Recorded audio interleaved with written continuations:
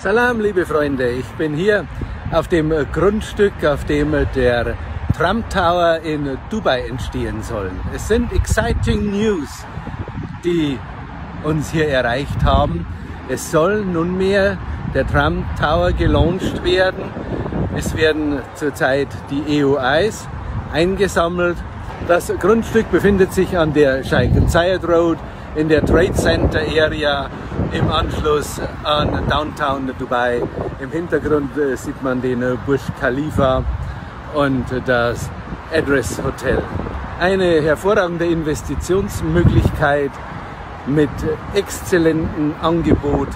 Es sind nur 200 Residential Einheiten geplant.